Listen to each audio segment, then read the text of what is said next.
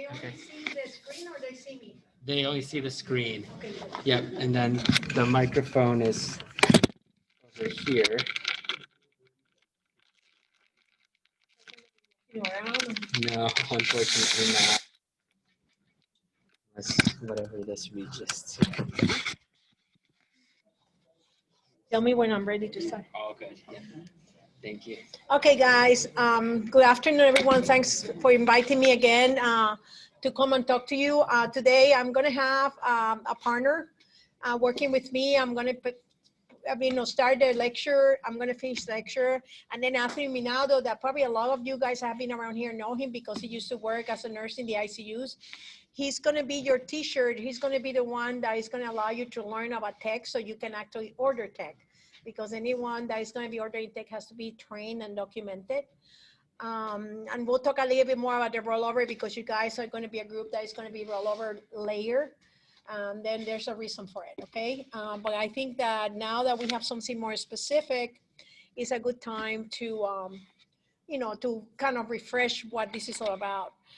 So what the lecture outline of objectives is to describe the TEG 6X technology, both the global hemostasis cartridge and the global hemostasis with lysis cartridge, to discuss interpretation and parameters, to present and discuss case studies, and present future applications. And actually the last one is just a very one slide statement. Okay, so the methodology of the thromboelastography is a qualitative method of detecting deficiency of coagulation in whole blood. The end result of hemostatic process is the clot. So really, when I'm done with the clot, I'm gonna have kind of my final answer. A near real-time measurement of functional clot initiation and strength. You can see that graph evolving and providing you with information that is gonna help you at the bedside. And then the rate and strength of the clot formation will determine the patient risk of coagulopathic bleeding or thrombosis. So this is something that you're running the whole blood and it's gonna give you a combined picture if that patient is at risk of one or the other. Like right now, our laboratory assays are based on a part of the blood and it's just giving you how long it takes to clot. I mean, that's really what you're getting from the labs, okay?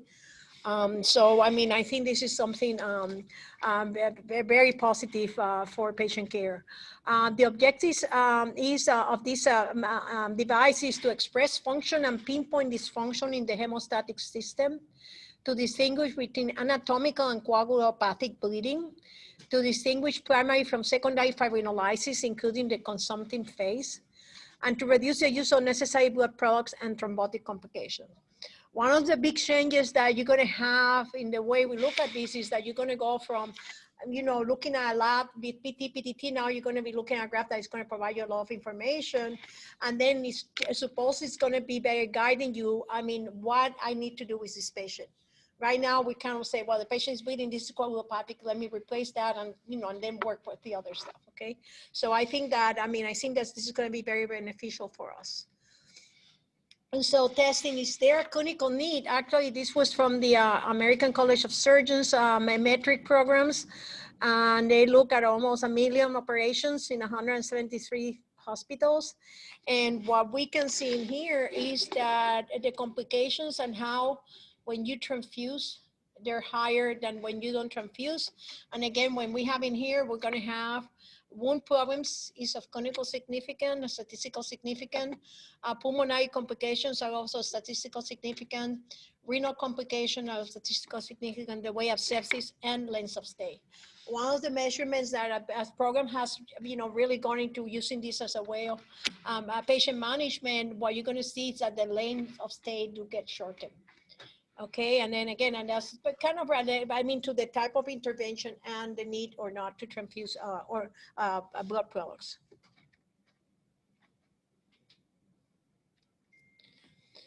Okay, so what does the text doesn't work for? It cannot be used for von Willebrand disease. It cannot be used for assessing lupus anticoagulant. It cannot be used to assess protein C or S deficiency. It cannot be assessed for factor V Leiden. And it cannot really be used to assess for HIT.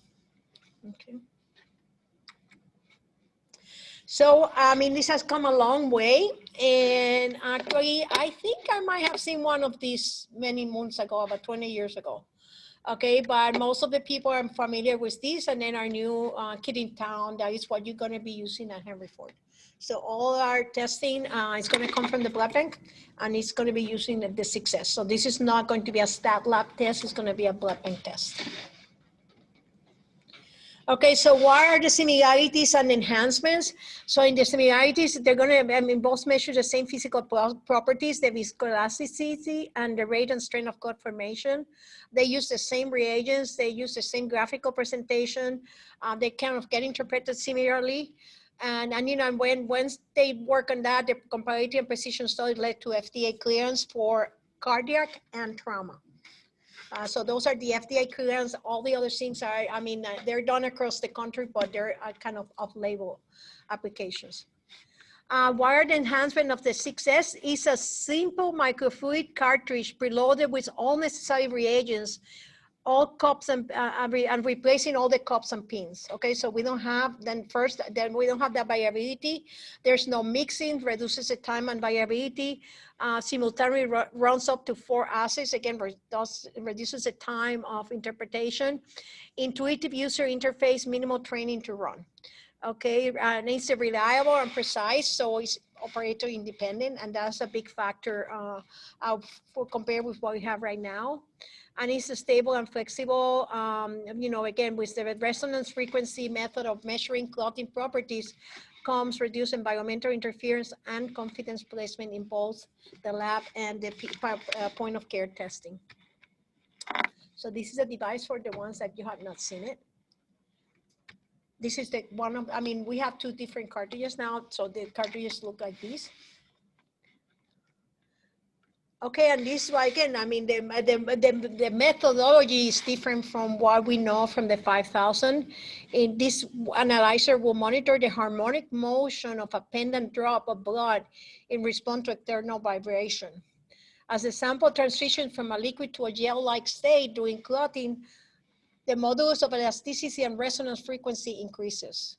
The analyzer measures these variations in resonance frequency during clotting analysis and display the results on a touch-on-screen display.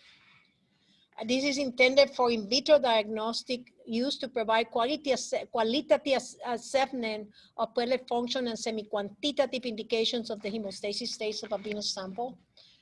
Results from the TEG 6S analysis should not be the sole basis for a patient diagnosis, but should be evaluated together with the patient medical history, the clinical picture, and if necessary, further hemostasis tests. And I think that the samples that we have, you know, we're going to be showing you kind of illustrate that. Okay, so this is very important. Once we start doing it, these are things that need to be followed. If not, that sample will not get lost in the system, okay?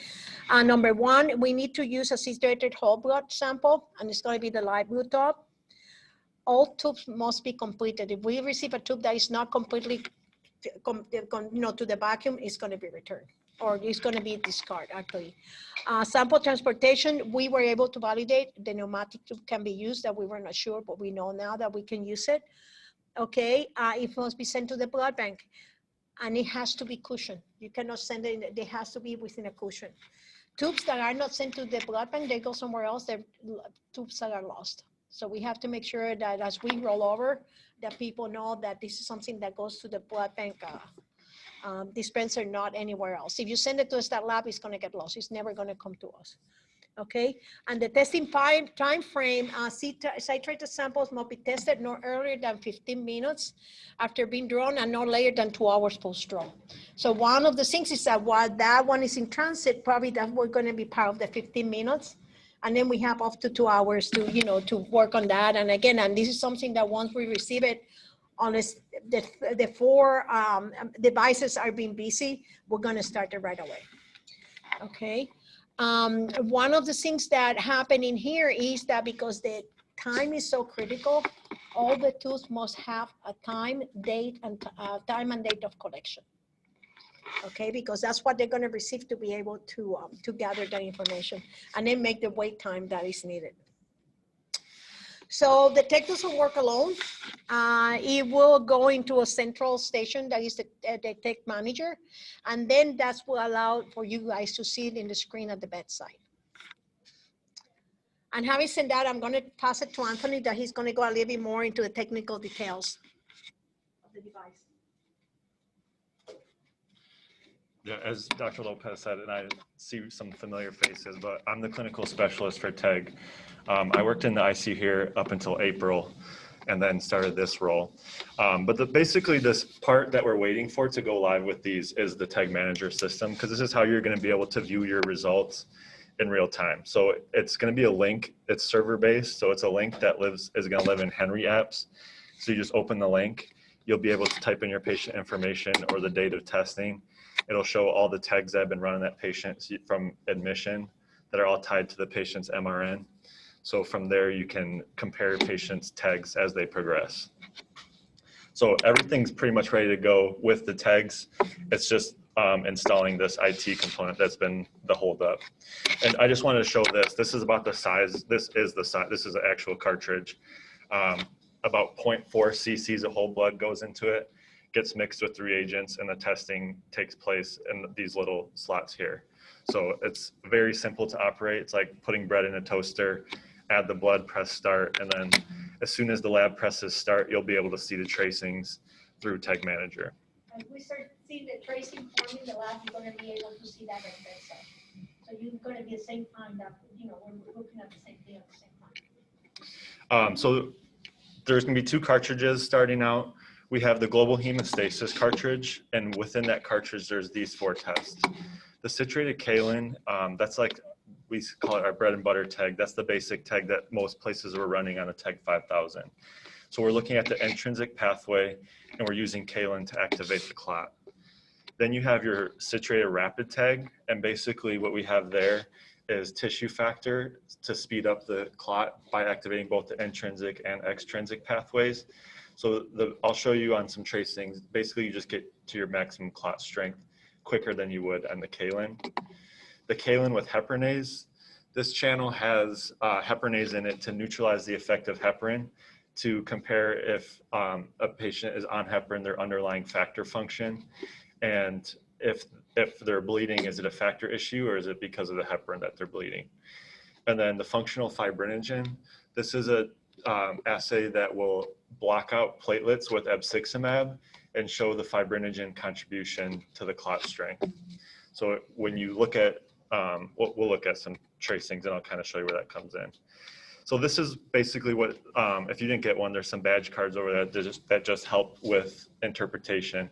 We're looking at the rate of clot formation, the strength of the clot, and with the other cartridge, which we'll talk about, the stability of the clot.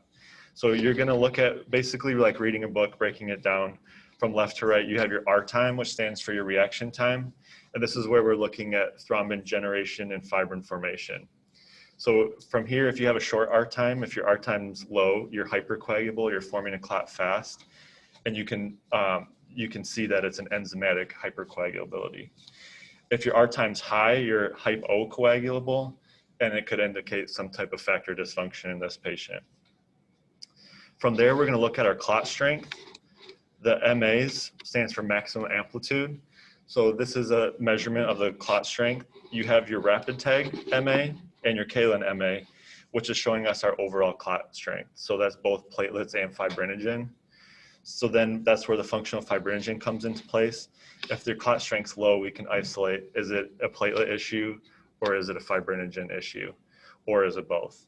And conversely, are we hypercoagulable? And we have some case studies that can show you both ends of the spectrum, figuring out on the coagulation continuum, are we hypocoagulable, are we hypercoagulable, and where do we want to be? So again, this is just highlighting how the tracing will form. You have your R time, and then the CKH R time with the heparinase reduced. You'll compare these 2 R times to look at the heparin effect. The maximum amplitude, both your combined clot strength and your fibrinogen clot strength. And this is just a slide that we have, but it can be used a lot in CV surgery to evaluate preoperatively. Is this patient at risk for bleeding, and what deficiencies do they have? And then after heparin's reversed, is the heparin reversal sufficient? If this patient is bleeding, what could they use and how can we target target transfusion therapy to minimize their risk of bleeding and minimize blood product usage. So this is an example of the global hemostasis cartridge. So we have our 4 tracings here: the kaolin, the rapid TEG, the kaolin with heparinase, and the functional fibrinogen. As you can see in this patient, the R time here of the kaolin TEG is much longer than the R time of the heparinase. So this patient has a heparin effect. If the R times are greater than 2 minutes different, we can say there's a heparin effect. But also under the heparinase channel, the R time is high. So if this patient's bleeding, not only are they on heparin, but it could be underlying factor issue. Then we look at our clot strength here. That's low, but this patient's on heparin, so that's not reliable. We'd look at the rapid TEG and the functional fibrinogen and say, this is mainly a factor issue. And what I want to show here, so x-axis is time. This is the 10-minute mark, this big line. So within 10 minutes on this patient, we're seeing that their fibrinogen function looks good. We're seeing their underlying factor function, and we're just about seeing where the strength of their overall clot strength is. So as soon as they press start in the blood bank, within 10 minutes, you're getting actionable information on this patient. This was an LVAD patient on unfractionated heparin. So this prolonged R time is a desired effect, but this is their TEG. So again, highlighting that. And then again, this is a post-protamine case sample. Heparin's reversed, no clotting deficiencies, looks good. So you can see here, this is a separate one. So you can see here, this patient's having high chest tube output, and we can look at the TEG and say, what's going on? Is it this patient has a heparin effect, but underlying their R time is high, so it's a factor of deficiency as well. This is just a recap of your rate, the heparin effect, your clot strength from fibrinogen, and your overall clot strength, both platelets and fibrinogen. So that's the global hemostasis cartridge. The other cartridge that's going to be available is the global hemostasis with lysis cartridge. And the main difference between this cartridge and the other one, we don't have heparinase in this channel. And this one will run out to see if you have how stable your clot is, if you have any fibrinolysis taking place. So you have the citrated kaolin, which is the same as the first cartridge, the rapid TEG, which is the same, and the functional fibrinogen. Only 3 tests on this channel, no heparinase. So badge buddy's the same, except you have this lysis parameter. So LY30 is lysis 30 minutes after your maximum clot strength achieved. So we can get you a percentage, 0 to 2.6 is normal. Anything above 2.6%, you would consider that some fibrinolysis is taking place. So again, you get your clot rate, your fibrinogen clot strength, your fibrinogen and platelet clot strength, and then the test will run out longer to look at your LY30 on the CK tracing. So this is a trauma example. We have our 3 tracings, the kaolin, the rapid TEG, the functional fibrinogen. We can see our R time is 9.1, factors higher end of normal, but you can correlate clinically. 0.8% lysis, nothing significant. Rapid TEG MA is low. It says less than 40, so these have analytical measurement ranges. So it'll say less than 40, that could be 39, that could be 20. You can look at the tracing, this is 20, this is 40. You're probably about 30 to 35 here. So clot strength's low overall, and then the functional fibrinogen is very low as well. This is probably a situation where it's both platelets and fibrinogen deficiency contributing to the clot strength here. And then this is what we call our trauma cartridge. So this is a tool that can be used for patients who are with trauma-induced coagulopathies, to look at the lysis, to look at their baseline hemostasis, to look at if the products that we're giving them are sufficient and if they've been adequately resuscitated. Again, a trauma case study. We have our 3 tracings. The R time looks good, no significant lysis, low clot strength, just borderline functional fibrinogen. So this is one where you would maybe start with platelets and reassess and see if just platelets was sufficient or if it needed both platelets and cryo. This patient received platelets, and this is their follow-up tracing. Better than before, functional fibrinogen's better. And again, I want to highlight the 10-minute mark. We're looking and we see our factors okay, clot strength's looking better than the previous, and functional fibrinogen is looking good within 10 minutes from the blood bank pressing start. And then these are some sample tracings. This is on a TEG 5000, so this isn't what it'll look like, but just to show you primary fibrinolysis gives you this teardrop shape tracing. So this patient has 63% lysis. This is a good example of what primary fibrinolysis would look like. And again, this would have to be on the global hemostasis with lysis cartridge. And then once we've used up factors here, we can see this is secondary fibrinolysis. Our reaction time is low. We're forming clots fast. Looks like we're going to form a really strong clot, but then we're breaking it down, 11.1% lysis. This is what a secondary fibrinolysis tracing would look like. So this is a case, I've been supporting DMC. They had a couple TEGs go live at the end of September. And so this was a case that we came across. This patient was admitted for an ischemic stroke, no contraindications to TPA, so they received TPA. And then this TEG was drawn after receiving TPA. And this is gonna be exactly what it looks like in TEG Manager. So you'll see your values, highs are flagged as abnormal, lows are also flagged, and you'll see the 3 tracings. You'll be able to click through and look at just the Kalin, just the rapid TEG, just the functional fibrinogen, and TEG Manager. So this tracing was done at 5:50 on the 30th. Patient around 8 p.m.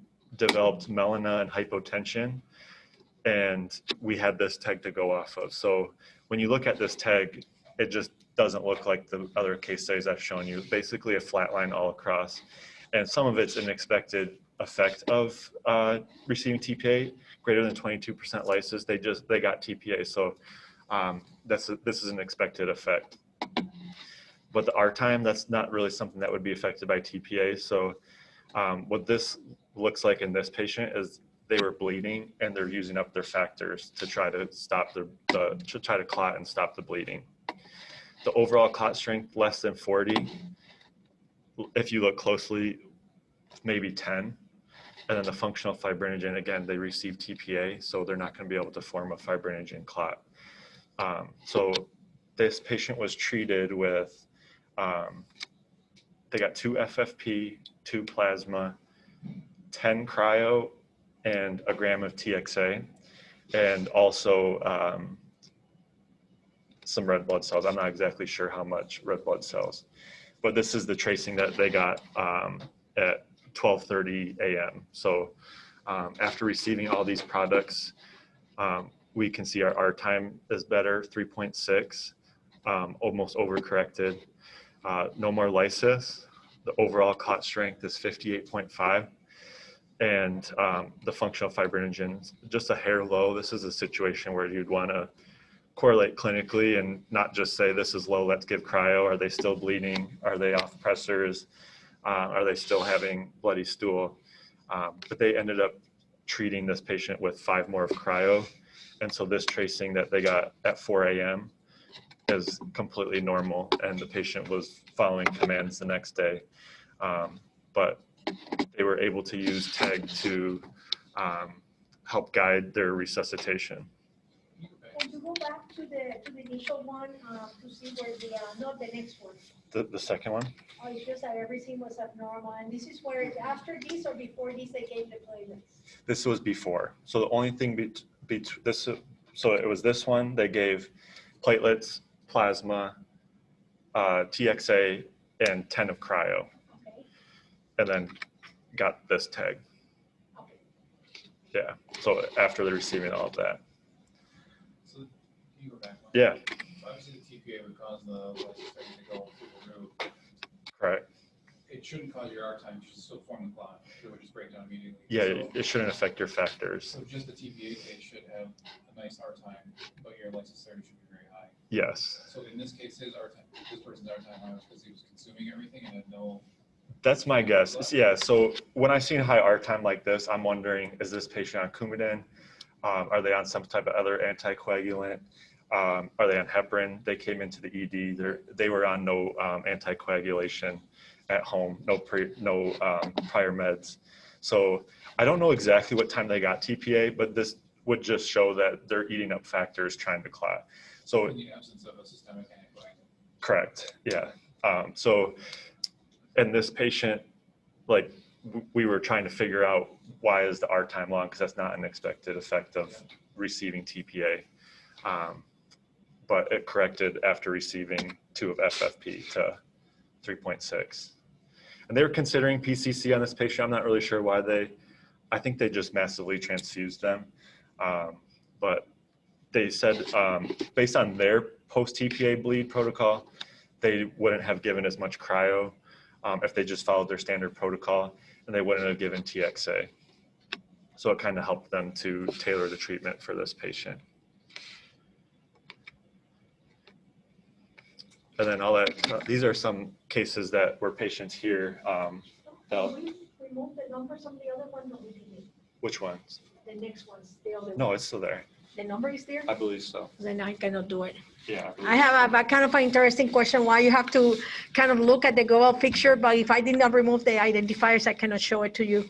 This is, you wanted to see COVID, so we don't have the tech manager, so this is a picture actually taken from the machine itself, because we have no way of printing results or anything. And what I wanted to show you was that, I mean, as you see, again, I have the parameters over there, is that you see the graph in a very open pattern. You want to go there and point it out. Yeah. And then when you look at the numbers, So the overall- angle is slightly increased, but it's this part that you want to pay attention. Yeah. So K and angle I really didn't talk about because that was more used when on the 5,000 when you're only getting a K length. So K and angle is like a kinetic measurement of clot formation. So K is the time it takes for it to get to 20 millimeters of amplitude. Then the angle is the angle of the graph. So this is what we previously used to assess platelet and fibrinogen cross-linking to look at the fibrinogen function. So the high angle is consistent with the high functional fibrinogen MA. So very overall clot strength, both on the MA, 73.2, the normal is 52 to 69, and then the CRT, the normal is 52 to 70. It's high on both of those, but we can see most of that's coming from the fibrinogen. It's 50.9. The normal is 15 to 32.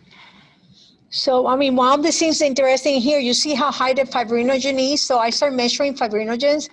The fibrinogen is not such a benign molecule. It really triggers fibrosis. And what I have been thinking that what we've seen in the lung secondary to those high fibrinogens are dysfunctional and they're not breaking down normally. I think that's a very interesting concept because you have all these clots, but the clots are not the one that are getting the patient in trouble, it's the fibrosis in the lungs. So, I mean, I just, it's very fascinating. And I think that everyone is seeing this pattern on all the cases that we run just to see how it looked. It was very similar. The only difference is that sometimes you would see a heparin effect on some of the patients, in others you would not see it.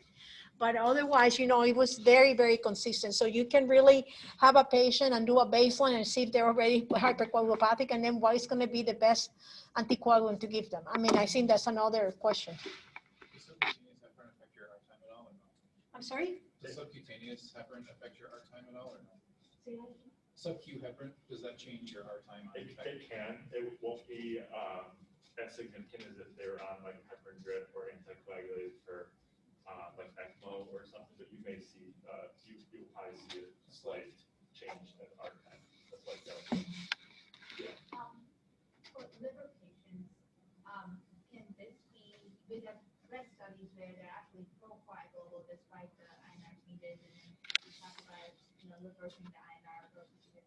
Can this modality be used to direct Yes. whether it's reverse or not? So basically, that's an instance where you would want to correlate clinically, but this will give you like a functional assessment of if that patient, if their INR is high, are they able to form a clot? So you can get a TEG and see how their factor function is to forming the clot, how They they're. just need to cry or something in that need. You might see that, you know, might see a patient that is really in trouble, and then when you look at this, remember that you have that kind of very fragile balance. So, I mean, one of the cases they might have, again, they might have a very prolonged PT because they don't have any 7, but they don't have an anticoagulative potential. So then this is going to tell you, because this is telling you the functionality of the numbers that you're used to see, not the actual, that's why it's, you know, more qualitative than quantitative. So I think that's going to be very helpful. I mean, of all the articles I have been looking from GI Bleeder, from livers, I think that this is going to be very important to be reassured and maybe change a little bit the past of what we, oh my God, the patient's coagulopathic, like even with, I mean, again, even with someone with variceal bleeding, like variceal bleeding has nothing to do really with the coagulopathy, but we correct that because the patient will have abnormal numbers. And, you know, and one of the things I think in here, I think we might start seeing, you know, how the patient presents. Remember that the patient might be bleeding and not coagulopathy to start with, but depending how much they're bleeding, across time they will develop an illusion of coagulopathy. So one of the important things in here, if you are using that as dictating therapy, I think you need to do the follow-up test to see how the patient has responded, because it's not now about, I mean, on numbers.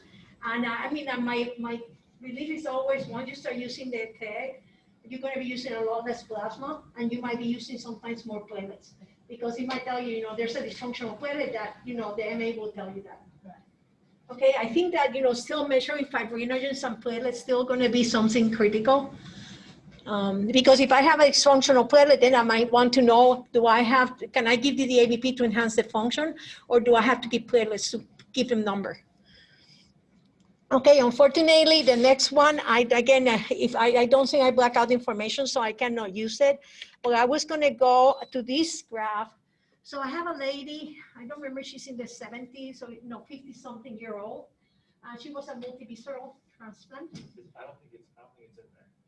When she clipped it. Will you cross it? Yeah. Okay, let me see. Yeah, there's no. Oh, good.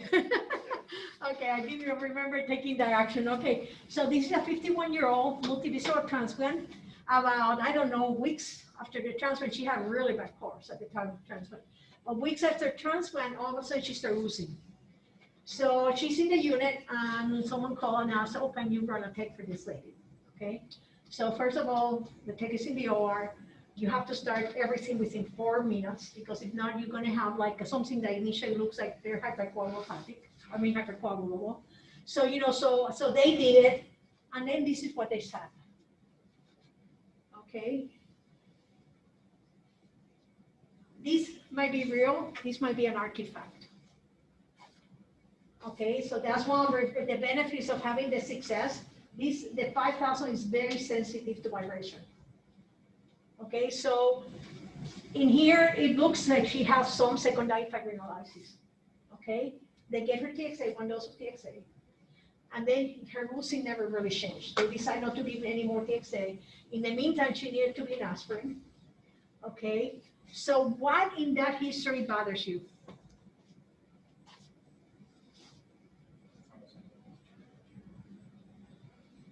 So when they call me and asking me for help, so I start asking questions because, you know, again, I mean, whoever orders the TEG should be the person available to interpret it, because if you're ordering, that means that you're going to be looking at that and make a determination based on that. Okay, so that's the other lesson from this one.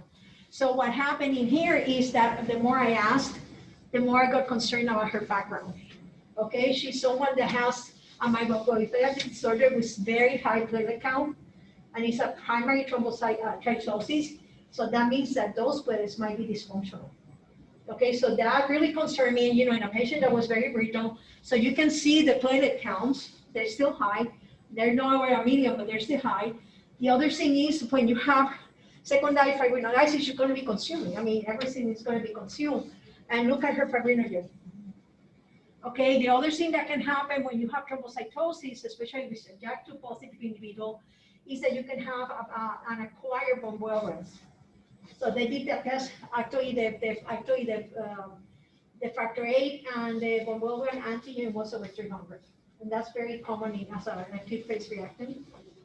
Okay, so for me and this lady, I have not got involved in everything, but I'm just waiting to see, and she's still losing, her losing has minimized, but I'm waiting to see if her platelet count is going to go up and she's going to start bleeding again. And then if that would happen, I might consider with this patient benefit of actually, if she cannot take hydrea to try to drop those platelet count, should we benefit of a platelet reduction? Okay, so this is a very good example, a very complex patient, but we have to look at the big picture, especially if she's not going to be responding to any intervention and she has, life-threatening bleeding. She just happened to be not losing bleeding out, but she was losing from everywhere. So I think this is a very, very good example. And again, I have lysis in here. There's no doubt of that. But was that fully true, or that was part of the fragility of the instrument at that time? You want to add anything on that? No, yeah. So again, this is the 5,000. If you bump the table, if somebody pulls the drawer on the table where the 5,000 is, that's why the tracing looks so jagged. And then also, we talked about it briefly, but the reagents for the 5,000 have to be manually pipetted. So in the OR, because it's so close to where the testing takes place, they don't do citrated samples as native samples. So like Dr. Lopez said, it has to be tested within 5 minutes. So you have to pipette the reagents, set up the analyzer and everything. So it kind of highlights where the success in using the cartridge makes it much more simpler and consistent across the board to be able to just pipette the blood into this, press start. The reagents are already in the cartridge. There's no manual pipetting or anything like that. And then again, so this on the 5,000, it'll run out to lysis. The lysis will only, you either get lysis or you get the heparin. So we can, I guess, talk about that in the upcoming development part. So one of the things, okay, so future uses. So they're working, they do have cartridges to be able to test the DOACS. They're still under experimental status. They just 2 example of studies where they look at healthy male single dose, and the reaction time that actually is the one that is going to be affected by the presence of them. The reaction time demonstrated a stronger response to the DOACS. And then there's going to be 2 cartridges. I don't know if you want to talk a little bit more. So you're going to have cartridges to actually kind of cover the 3 main DOACS. Okay, and then the other parameters are not, it's really the R time that is going to help with the DOACS. Do you have any more information about that? Yeah, so this is investigational and it's being worked on. What's probably going to come prior to that is a totally heparinized cartridge where it would neutralize heparin throughout the entire tracing and be able to give you the clot strength and the lysis with heparin neutralized. So more for a patient who's on bypass, ECMO, settings like that. And then, yeah, platelet mapping is one that probably the end of next year will roll out here. So that helps us look at more platelet function and effective antiplatelet medication. It's a very useful test. It was just recently from this 5,000, yes, for the 6S was just recently approved. And once we get everything rolling with the global hemostasis, then we'll add that as a resource. So what is the rollover implementation? The one that starts hopefully by December 1st. MICU is not going to be in the primary round. And there's some logistic for that. It's not that I don't like you guys, but we have 4 machines. Each machine runs 1 test. Okay, and then again, and it's not something that is in the stat lab that everything's put like in assembly line. It's going to be done in the blood bank, so you have people taking care of the blood and people taking care of the samples.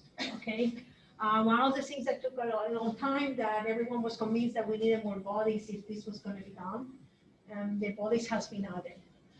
Okay, what we're going to start with is all the ORs. The P4 and P5 coverage for those patients that are coming from the OR, because it's going to happen, and you have anesthesia covering those services. Okay, and then in the emergency room for trauma. And then that's one of the things I'm working actually with Dr. Miller and Dr. Johnson to see how we're going to coordinate that. Dr. Johnson feels that this is something that is very useful in the level 1 trauma.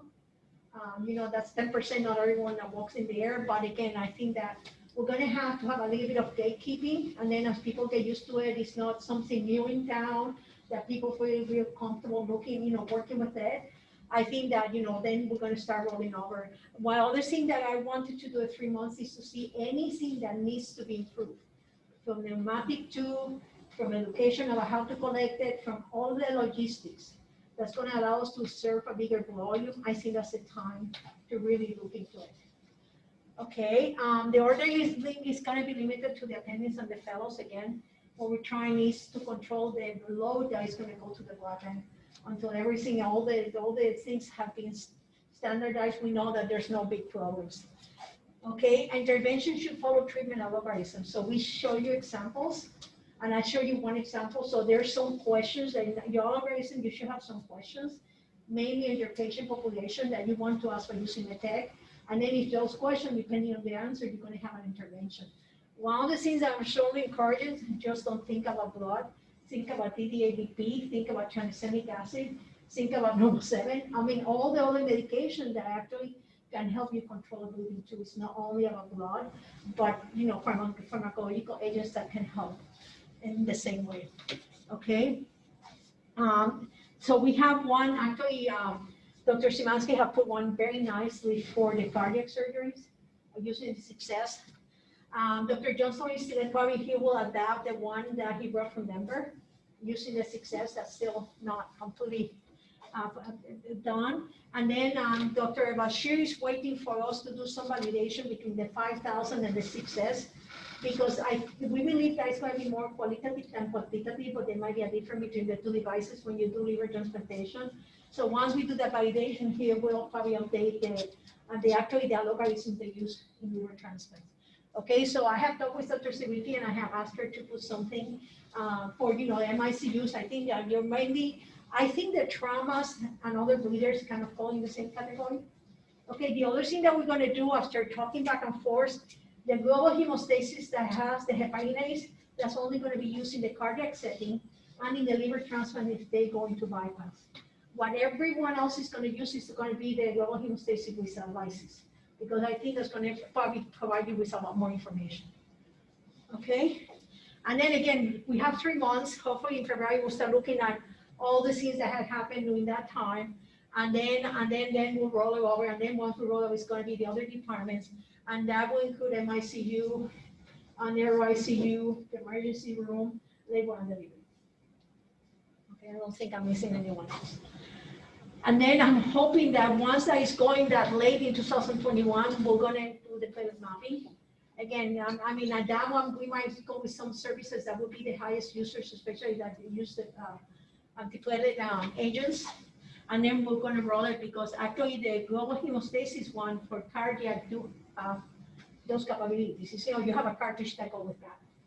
What's that? The platelet mapping cartridge goes with the cardiac. Yeah, that's what, That was originally what was designed for. it can be used any setting, but a lot of times with scheduling surgery for patients who are on aspirin and flavins.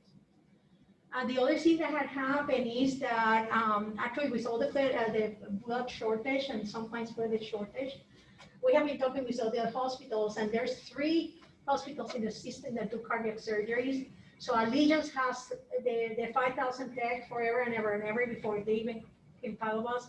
We are getting it now.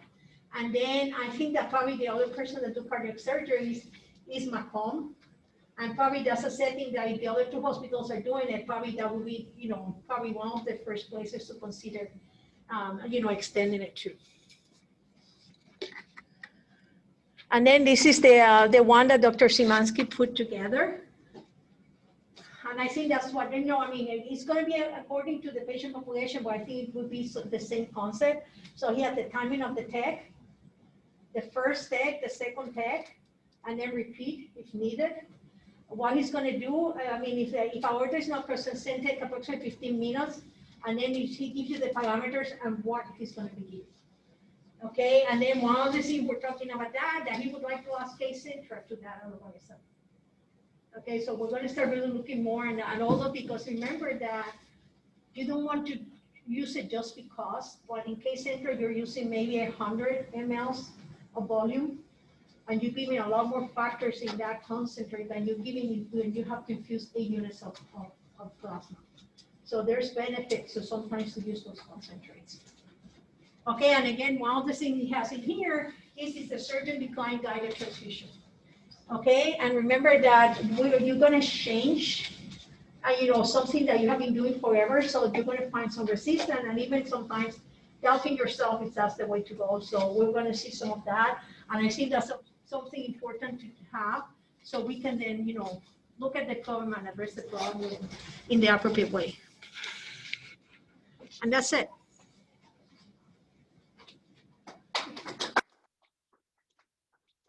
So you have to wait 3 more months. But I think by the time you get it, things are going to be, better. Once we go live, I'll be on site. Like once it's rolled out, I'll be on site for if you guys have any tags or have questions about that. He's going to be your trainer. So anyone that wants to order is going to go through him. He's the one that is going to train. I think the training documentation is going to be in the university. And the reason is that, if you, as someone order and then you guys at the bedside and you have never seen this, and then, again, if you train, you can order because you know what you're doing. Okay, Anthony is going to be helping. My final role will be at the end of the day. We look at them and we put as a normal abnormal, just for completion, laboratory completions, but really most of the activity is going to be at the bedside. Okay, any more questions? With Oh yeah, actually, let me put, this is. So it'll go into Epic. You can see when you log into Tech Manager, you'll see it one time once the test is done and the results will go into Epic. So it's like not an urgent situation, then you don't have to you'll log into Tech Manager to see the tracing in real time. Let me, you see the tracing. This is what you're going to see in Epic at the bedside, okay? Let me, if I can get there.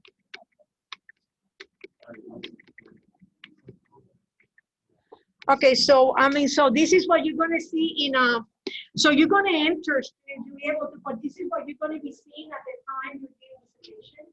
Okay, after the fact, what you're going to see is that you're going to see in the coagulation section of the test, you're going to have the results there for each one of the individual parameters.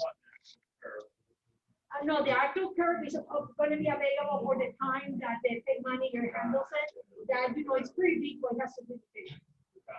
But you can always go back to that for a certain time, isn't it? Yeah,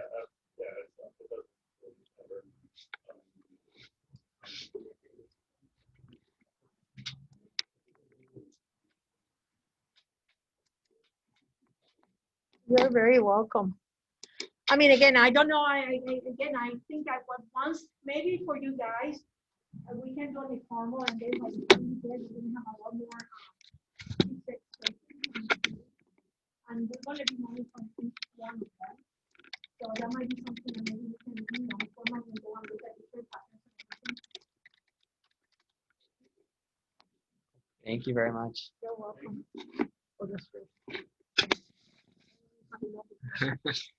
And, for the code 43327 for attendance.